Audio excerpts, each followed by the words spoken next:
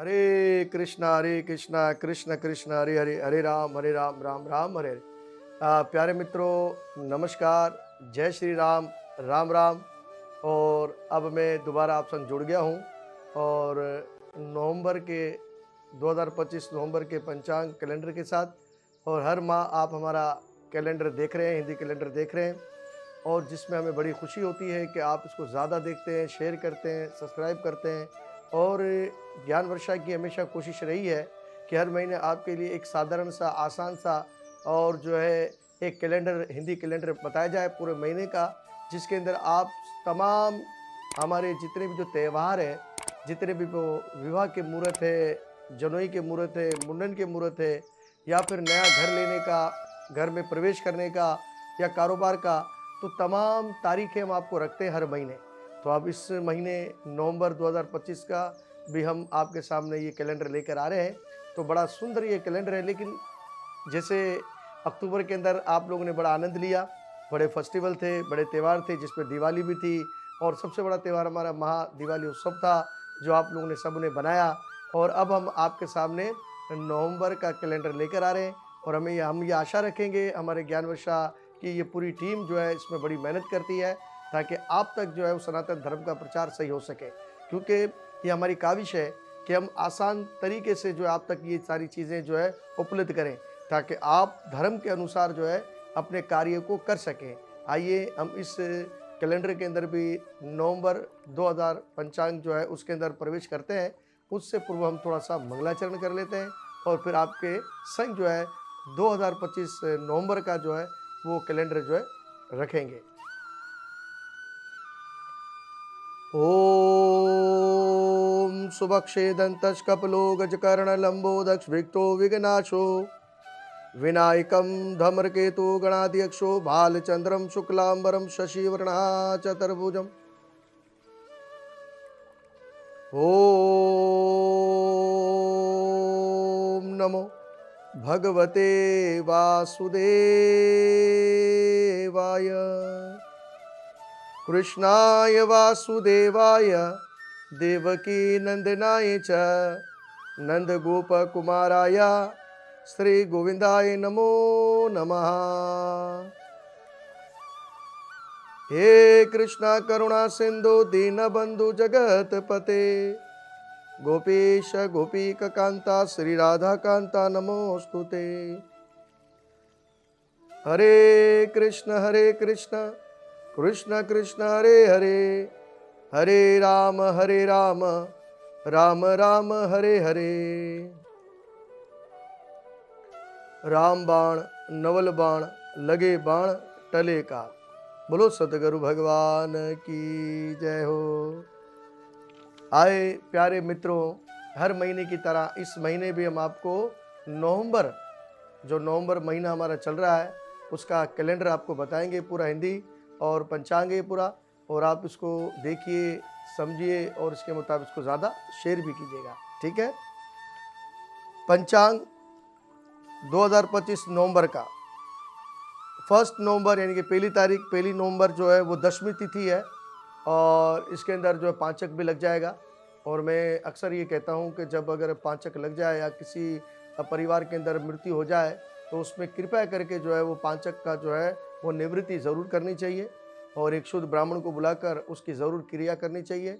और कोशिश करें कि आपके इर्द गिर्द कोई भी महाराज हो, पंडित हो, उनसे ज़रूर पूछें। अगर कोई भगवान ना करे किसी घर में मृत्यु हो जाए, तो पहले ही जो है पंचक का ज़रूर पूछना चाहिए कि महाराज पंचक तो नहीं लगा हुआ है, तो फिर उसके अनुसार जो है उस शव की जो है वो देह संस्कार क्रियाक्रम करनी चाहिए। अगर हम नहीं करते हैं तो पंचक का अर्थ ये होता है कि 5 गुना ज़्यादा हमको जो है उसमें हानि होती है, तो फिर जो भी कार्य हम कर रहे होते हैं उसमें थोड़ा नुकसान उठाना पड़ता है। तो कोशिश करें, और कभी भी कोई ऐसा कार्य हो जाए, मृत्यु की घटना घट जाए, तो उसमें, क्योंकि ये पंचक जो है 5 दिन चलते हैं पूरे, और 5 का मतलब दुगना होता है ये, तो इसी प्रकार से इसकी निवृत्ति होनी चाहिए। तो ये 10वीं तिथि होगी, और 1 नवंबर को पांचक शुरू हो जाएगा। अब इसके बाद जो है वो 2 नवंबर इतवार का दिन होगा, और इतवार को सर्वश्रेष्ठ एकादशी आ रही है, और जो हम आपको हर महीने एकादशी कथा भी हमारे इस ज्ञानवर्षा यूट्यूब चैनल पर दिखाते हैं, और आप लोग देखते हैं, उसको लाइक करते हैं, शेयर करते हैं। तो इस दफ़ा भी जो है 2 नवंबर को जो है एकादशी महापर्व बनाया जाएगा और ये वैष्णव भक्तों की एकादशी जो होगी वो होगी 2 तारीख को होगी, क्योंकि 2 तिथियों की है। तो पहली तारीख को भी है, लेकिन पहली तारीख को वैष्णव ये करते हैं कि वो दूसरी एकादशी के दिन जो व्रत का धारण करते हैं, व्रत को रखते हैं। तो इसी प्रकार से इसमें खास तौर पर वृंदाय तुलसी देव्याय प्रियाय केशवचा कृष्ण भक्ति प्रतिदेवी सत्यवचन नमो नमः। बोलो तुलसी महारानी की जय। तो इसी प्रकार से तुलसी विवाह का भी जो है महत्व बताया गया है। तो इसी दिन जो है वो तुलसी महारानी का विवाह भी होता है शालिग्राम भगवान से। तो काफ़ी हमारे कराची के अंदर भी ऐसी कुछ फैमिलियाँ हैं जो तुलसी विवाह हर साल जो है वो करते हैं और महोत्सव बनाते हैं। तो ये भी बहुत बड़ा महोत्सव है, इसके अंदर भी जो है हमें भाग लेना चाहिए। और जिसके घरों में तुलसी है वो कोशिश करनी चाहिए कि उस समय उसको ये जो है आनंदमय पूर्व जो है बनाना चाहिए। और शालिग्राम भगवान के साथ जो है भगवान कृष्ण के साथ ही जो है वो शालिग्राम के साथ जो तुलसी का विवाह किया जाता है और बड़ी धूमधाम से इसका उल्लास से मनाया जाता है। तो ये तुलसी विवाह भी है। तो इसी प्रकार से और जो ये एकादशी आ रही है, इसका जो नाम है परबोधनी एकादशी, जिसके अंदर भगवान जागते हैं और बड़ी सुंदर ये एकादशी है। और ये भी आपको हमारे ज्ञान वर्षा यूट्यूब चैनल पर इसकी लिंक दी जाएगी और आप इस कथा को जरूर सुनिएगा और एकादशी का पूर्वों को भी बनाइएगा। इसके बाद 3 नवंबर को जो है हम चलेंगे तो वो द्वादशी होगी, व्रत खोलने का समय होगा, सुबह के समय प्रयाण होगा इसका, तो आप व्रत खोल सकते हैं। 4 नवंबर को पंचक जो होगा वो ख़त्म हो जाएगा, जो लगा होगा वो उसके खात्मा हो जाएगा। और इसके बाद फिर 5 नवंबर को श्री सत्यनारायण व्रत कथा होगी और कोशिश करेंगे, अब हम कोशिश कर रहे हैं कि हमारे यूट्यूब चैनल पर आपको जो है सत्यनारायण की पूरी कथा मिले और ज्ञान वर्षा के द्वारा, तो हम इसकी कोशिश में लगे हुए हैं। तो भगवान ने चाहा तो हमें सफलता जब मिल जाएगी तो आपको एक नम्रता ये होगी कि आप हर महीने जो है हमारी सत्यनारायण की कथा भी जो है हमारे इस चैनल पर देख सकेंगे।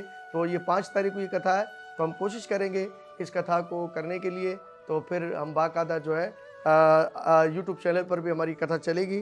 तो सत्यनारायण व्रत कथा होगी, पूर्णिमा की तिथियों को खास तौर पर गुरु नानक साहब देव जी का जो है जयंती भी मनाई जाएगी, महोत्सव बनाया जाएगा। पूरे विश्व के अंदर आप देख सकते हैं कि हमारी सिख बरादरी के लोग जो है वो इस उत्सव को बनाते हैं और बहुत लोग भी बनाते हैं।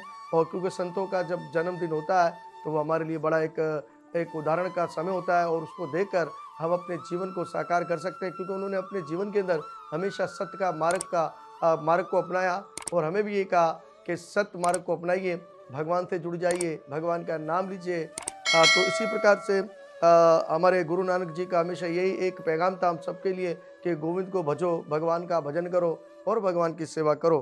तो गुरु नानक जयंती साहिब भी मनाई जाएगी। और इसके बाद जो होगा 8 नवंबर को गणेश चौथ की तिथि बनाई जाएगी। 8 नवंबर को जो है वो गणेश चौथ होगा और महागणपति के उत्सव को किया जाएगा।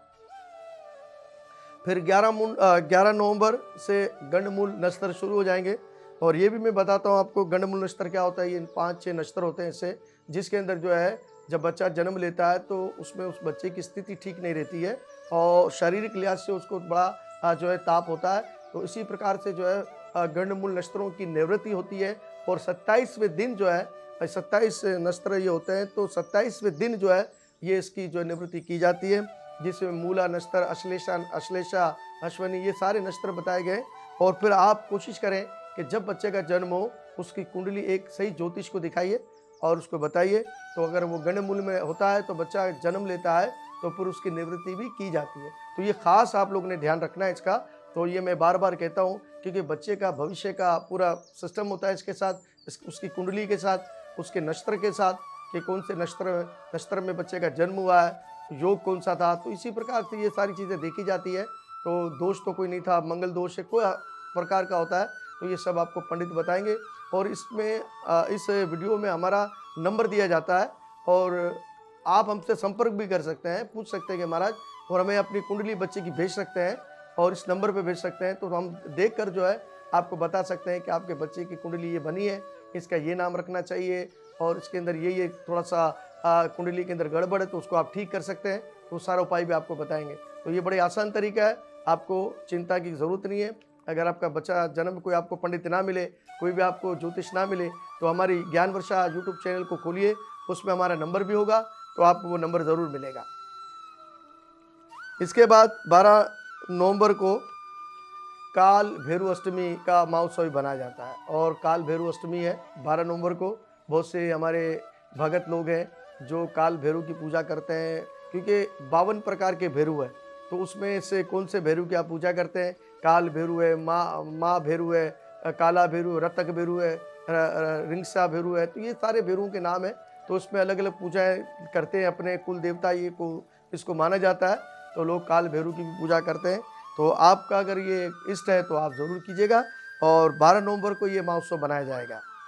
इसके बाद 15 नवंबर को फिर हमारी एकादशी है, बड़ी सुंदर एकादशी, उत्पन्ना एकादशी महारानी है, और उत्पन्ना एकादशी से ये व्रत होगा। तो 15 नवंबर को होगा, और 16 नवंबर को द्वादशी का व्रत खोला जाएगा। फिर इसके बाद पितरों की तिथि आएगी, जिसको अमावस्या तिथि कहते हैं। आप अपने पितरों की तिथि अमावस के दिन करें। अगर कोई हर रोज पितरों के लिए नहीं करता है तो वो अमावस के दिन जरूर पितरों को याद करे, और श्रीमद् भगवत गीता के 7वें अध्याय का अध्ययन करें, और अपने घर के अंदर ही थोड़ा सा जल प्रसाद जो है पितरों को जरूर चढ़ाना चाहिए। अमावस्या के दिन गाय को जो है रोटी देनी चाहिए और घास। आप देखो कोई भी आपको गृह पीड़ा नहीं होगी, और कोई भी आपको परेशानी नहीं होगी। अक्सर लोग बोलते हैं महाराज हमें कारोबार के लिहाज से परेशान है, हम घर के लिहाज से परेशान है, हम अपने बच्चों के लिहाज से परेशान है, हमारी स्थिति ठीक नहीं है।